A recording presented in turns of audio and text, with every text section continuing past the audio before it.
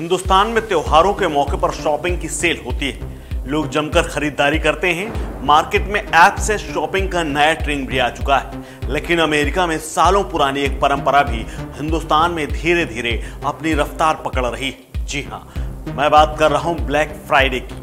नवंबर के आखिरी शुक्रवार को यह मनाया जाता है। भारत में भी कुछ कंपनियां ब्लैक फ्राइडे के रूप में आज इसे मना रही हैं, जिसमें शॉपिंग पर मोटे डिस्काउंट के ऑफर दिए जा रहे हैं, जबकि इसका भारत से कोई लेना देना नहीं। अमेरिका को छोड़कर दुनिया के बाकी देशों से भी इसका कोई वास्ता नहीं है। लेकिन ब्लैक फ्राइडे आज ग्लोबल शॉपिंग कल्चर बनकर उभरा है। दुनिया भर में इस दिन कंपनियां भारी डिस्काउंट का ऑफर देती हैं। ब्लैक फ्राइडे पर शॉपिंग की इतनी बातें हो रही हैं, जो इसके बारे में सब कुछ जानना भी बेहद जरूरी है। ये भी जानना जरूरी है कि कुछ लोग इसका विरोध भी कर रहे हैं। आखिर क्यों? नमस्कार, मैं हूं कुलदीप द्विवेदी और आप देख रहे हैं वन इंडिया हिंदी। दरअसल अमेरिका में थैंक्स गिविंग की छुट्टी के एक दिन बाद यानी 25 नवंबर को इस बार का फ्राइडे पड़ा हुआ है, मतलब आज। अमेरिका में इस दिन की पहचान आमतौर पर खरीदारी से जुड़ गई है।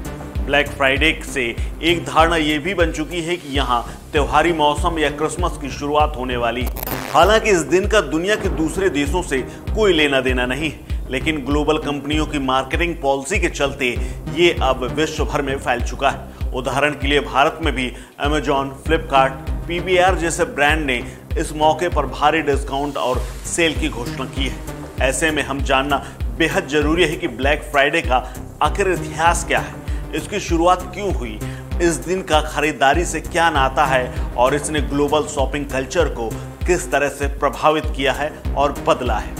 अगर शॉपिंग के नजरिए से देखें तो ब्लैक फ्राइडे कुछ उसी तरह है जैसे भारत में दिवाली, दुर्गा पूजा, होली, 15 अगस्त और 26 जनवरी से पहले कंपनियां भारी डिस्काउंट का ऑफर देती हैं।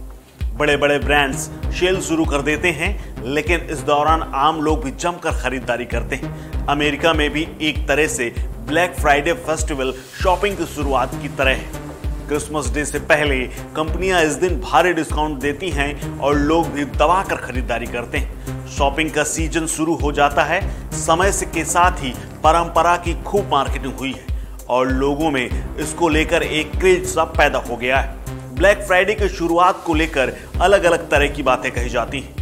एक थ्योरी के मुताबिक कंपनियों का बिजनेस अब अच्छा चलने लगा है और इसलिए ये लोगों को ज़्यादा से ज़्यादा खरीदारी के लिए आकर्षित करने का मकसद मात्र है। जो कि छूट है वो ज़्यादा से ज़्यादा खरीदारी के लिए आकर्षण है। लेकिन ब्रिटानिया के मुताबिक इसको लेकर ज़्यादा ठोस तर्क 1960 के दशक में मिलते हैं। तब अमेरिका के फिलाडेल्फिया शहर में पुलिस ने सबसे पहले ब्लैक फ्राइडे शब्द का इस्तेमाल शुरू किया था, क्योंकि उस समय छुट्टियों की खरीदारी के लिए शहर के उपनगरीय इलाके में बड़ी तादाद में लोकल टूरिस्ट शॉपिंग के लिए शहर में आ जाते थे। इसके चलते बाजारों में बहुत भारी भीड़ उमड़ पड़ती थी। जैसे हिंदुस्तान की बात करें तो धनतेरस की तरह पुलिस के लिए इतनी भीड़ संभालना मुश्किल होता था। सड़क दुर्घटनाएं बढ़ जाती थी। माल लेकर उड़ने वाले भी यानी चोर उचक्के भी काफी एक्टिव हो जाते थे। 1980 के दशक में ब्लैक फ्राइडे को यह कहकर परिभाषित किया जाने लगा कि इस दिन से दुकानों और कंपनियों की प्रॉफिट बढ़ जाती है, क्योंकि यह अमेरिका का सबसे बड़ा खरीदारी का दिन है। हालांकि अगर आंकड़ों के हिसाब से देखें तो यह क्रिसमस से ठीक एक महीने पहले शुरू हो जाता है, जब कंपनियों की प्रॉफिट सबसे ज्यादा हो सकती है।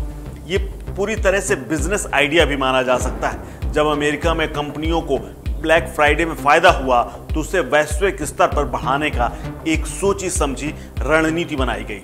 हालांकि ये जरूरी नहीं कि हर देश में इस तरह का दिन नवंबर में ही हो, लेकिन कंपनियां इस आइडिया पर अपने सामान बेचने के लिए इस तरह का सेल लगाने के मौके तलाशती रहती हैं। खासकर अमेजॉन जैसी कंपनियां जिसकी पहुंच वैश्विक स्तर पर है, उसने इस आइडिया को विस्तार देने पर बहुत ध्यान दिया है और इस पर काम भी किया है।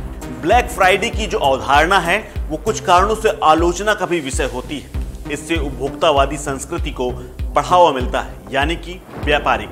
कुछ लोग मानते हैं कि सिर्फ ब्लैक फ्राइडे के नाम पर लोग ज्यादा से ज्यादा खरीदारी कर लेना चाहते हैं, जिसकी उन्हें जरूरत भी नहीं होती, क्योंकि इस दिन कारण ये होता है कि सामान सस्ता मिल रहा होता है। इसके चलते कार्बन फुटप्रिंट बढ़ जाता है, बर्बादी बढ़ जाती है, जो कि आखिरकार सबके लिए नुकसानदेह है। कुछ साल पहले फ्रांस में इसको लेकर अमेजॉन के खिलाफ विरोध भी हो चुका है, क्योंकि इसके चलते जलवायु परिवर्तन के हालात बिगड़ने लगते हैं, ऐसा कुछ लोगों का मानना है। इस खबर में फिलहाल इतना ही। अपडेट्स के लिए बने रहिए वन इंडिया हिंदी के साथ।